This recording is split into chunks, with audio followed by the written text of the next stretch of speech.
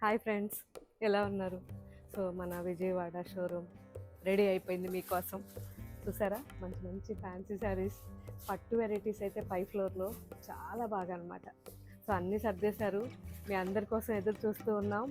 ఈరోజు 3 years కల అండి ఇది. నిజంగా విజయవాడలో స్టోర్ పెట్టాలనేది అసలు ఎంత హ్యాపీగా ఉందో చెప్పలేను. అందులోనూ మన స్టోర్ ఓపెన్ చేయడానికి శ్రీ శ్రీ శ్రీ శ్రీదండి చిన్నజీయర్ స్వామి గారు వస్తున్నారు. నిజంగా ఒక కళలాగా ఉంది.